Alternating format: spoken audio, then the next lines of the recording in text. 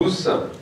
Merci d'être venus aujourd'hui à cette soirée débat qui est organisée à l'initiative de Liberté Politique, l'Institut des Libertés et Versailles Famille Avenir.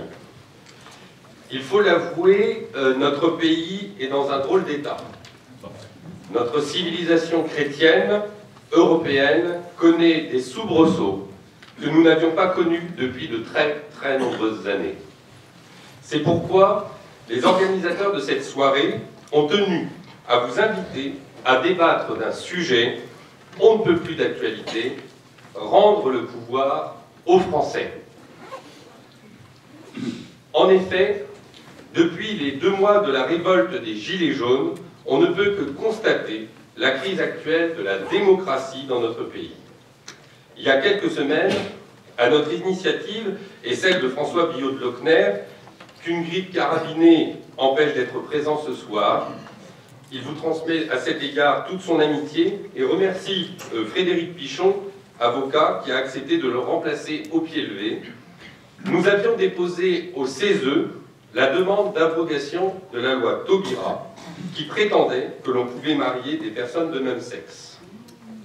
Cette contribution, à laquelle vous avez massivement répondu, présent, a atteint le record de vote avec 6000 voix et s'est placé, grâce notamment au concours du site internet Amis comme Salon Belge, en tête des 9000 contributions du CESE. S'en est suivi un véritable cataclysme médiatique. Chantal Joanneau, présidente du débat public, a dû démissionner de son poste après que le lobby LGBT ait fait fuiter son salaire, n'appréciant pas que Madame Joanneau ait évoqué le fait qu'on pouvait débattre de tout, y compris de l'abrogation de la loi Taubira. L'honneur était sauf, le porte-parole du gouvernement, Griveaux, rappelant le lendemain que certains sujets étaient interdits de débat, en particulier l'immigration, la loi Taubira, la famille et les lois de manipulation génétique. Bref, les Français n'auraient pas la possibilité de s'exprimer sur des sujets plus qu'essentiels d'actualité et au cœur des réformes envisagées par le gouvernement.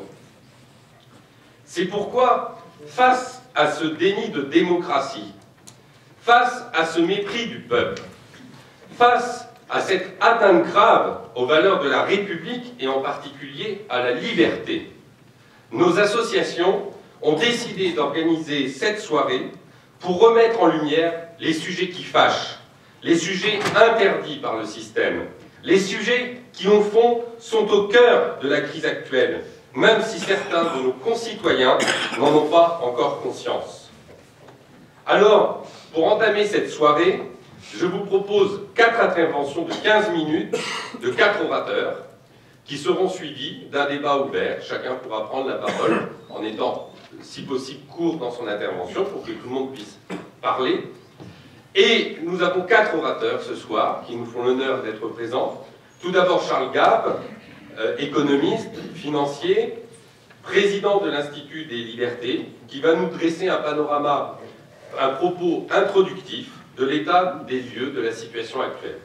Ensuite, Frédéric Pichon, avocat, va nous parler de l'immigration et de l'islamisation dans le contexte actuel de grands mouvements de population. Moi-même, j'interviendrai sur la famille, au cœur de la crise actuelle, la famille éclatée, la famille qui doit être renouvelée dans son fondement et dans ses fondements.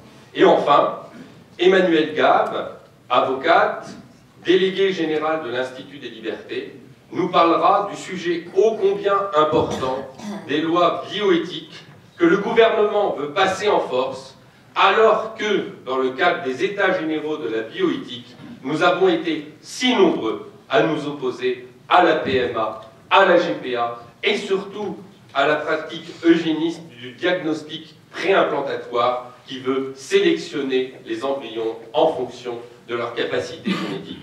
Voilà, je vous remercie encore et je laisse la parole à Charles Gab qui va nous introduire cette soirée. Merci à tous.